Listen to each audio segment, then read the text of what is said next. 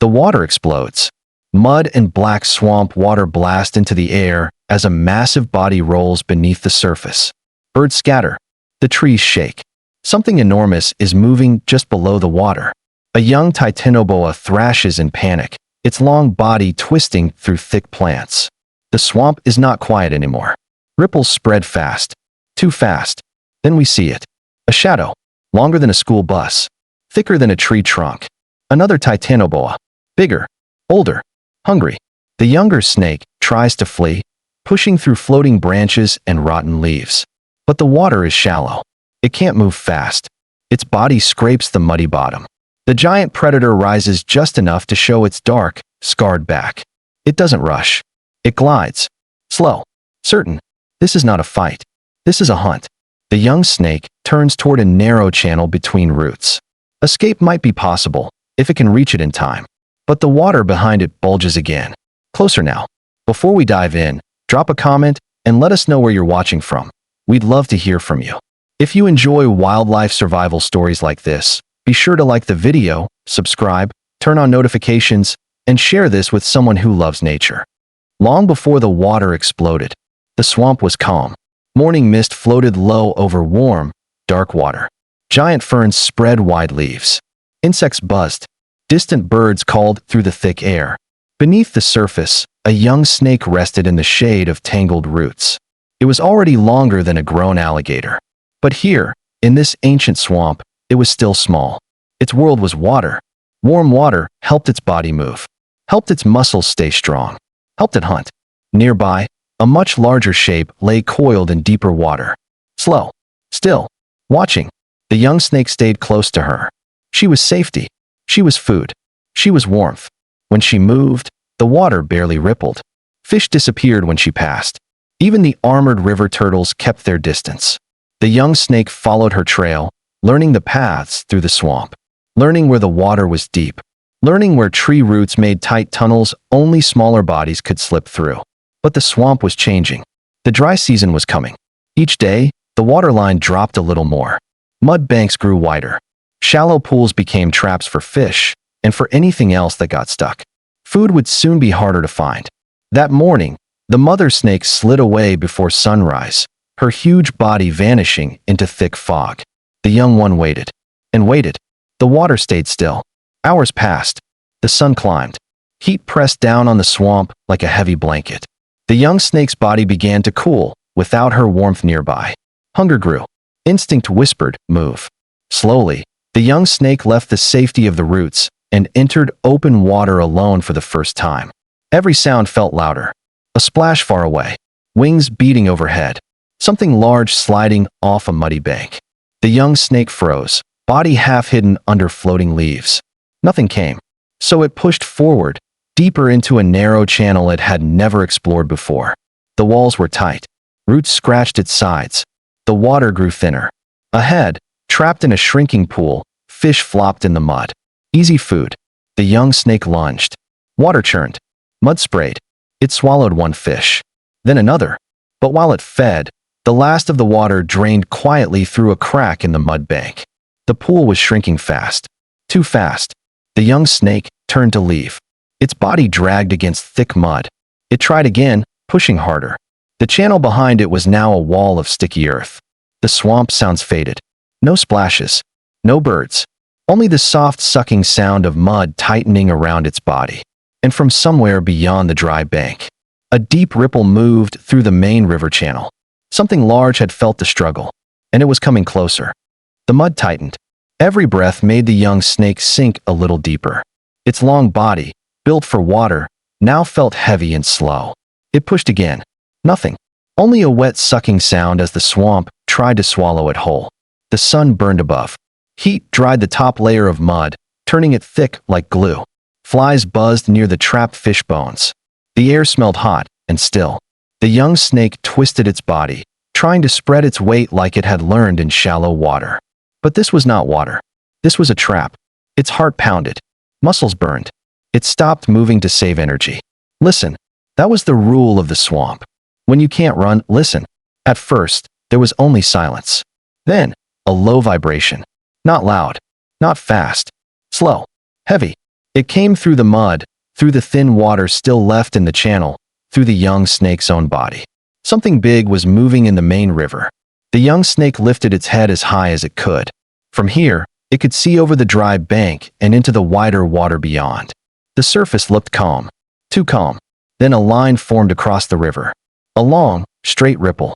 Not made by wind. Not made by fish. Made by something displacing a huge amount of water without splashing. The young snake froze. Instinct said hide. But there was nowhere to go. The ripple moved closer to the bank. Closer to the narrow channel. Closer to the trapped snake. A turtle sunning on a log suddenly slid into the water in panic. Birds in the trees went silent. Even the insects seemed to stop. The swamp was holding its breath. The young snake tried one more time to pull free. It pushed with every bit of strength left. Its body shifted. Just a little. Mud cracked near its tail.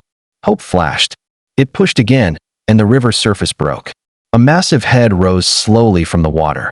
Dark. Scarred. Ancient. Eyes locked onto the struggling shape in the mud.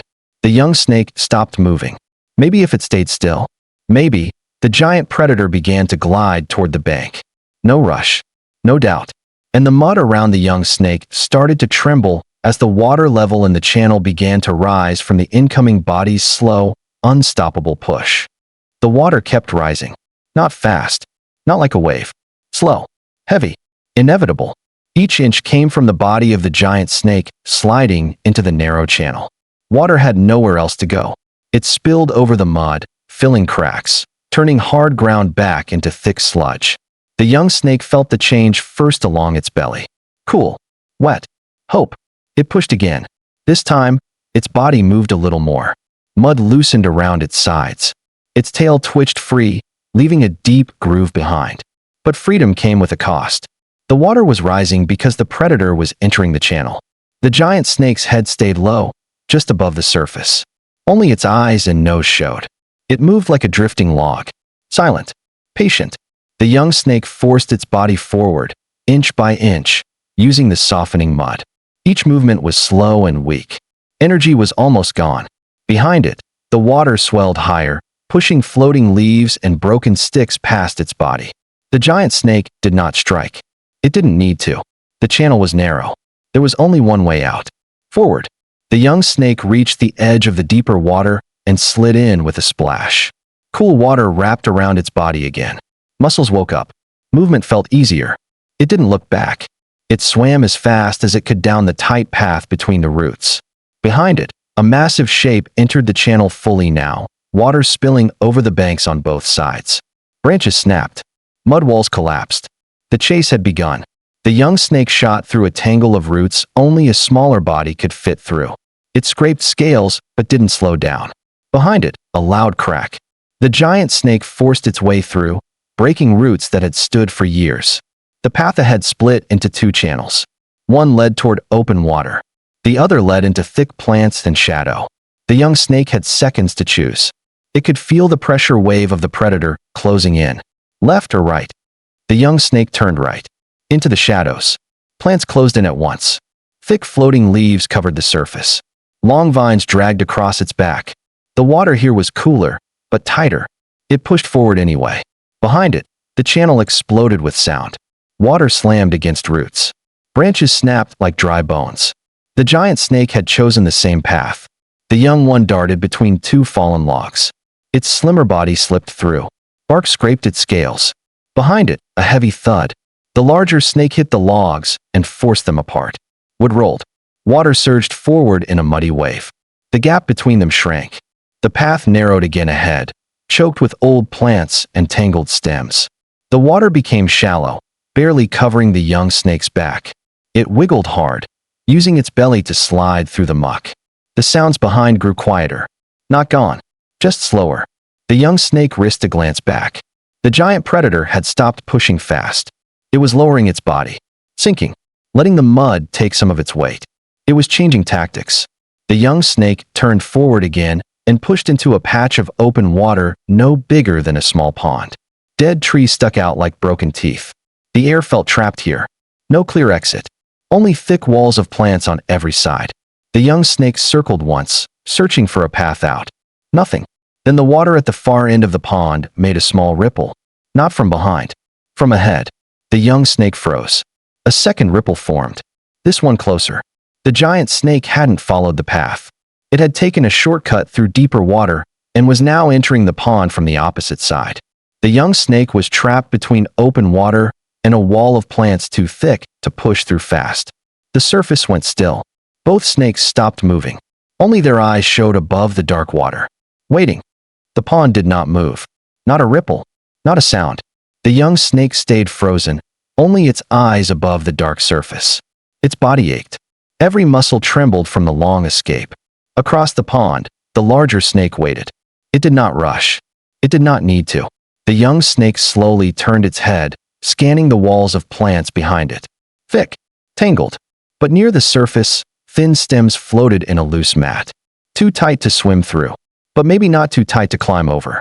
It drew in a slow breath and sank just below the surface. Its body pressed against the soft mud bottom. Wait for the right moment. A dragonfly touched the water between the two snakes.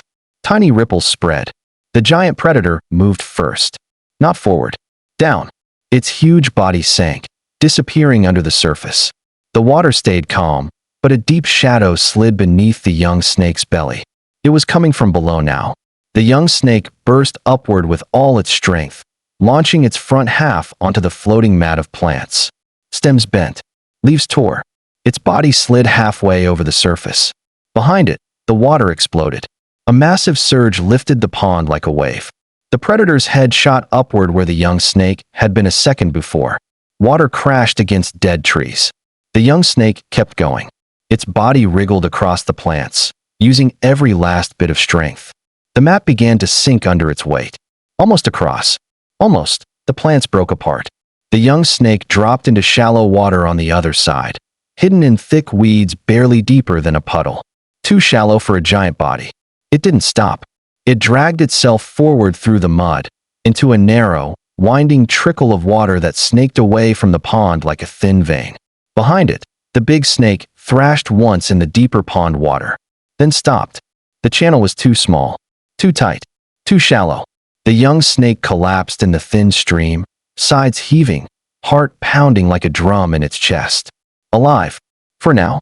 Far off in the swamp, thunder rumbled. Storm season was coming, and rising waters would change everything again.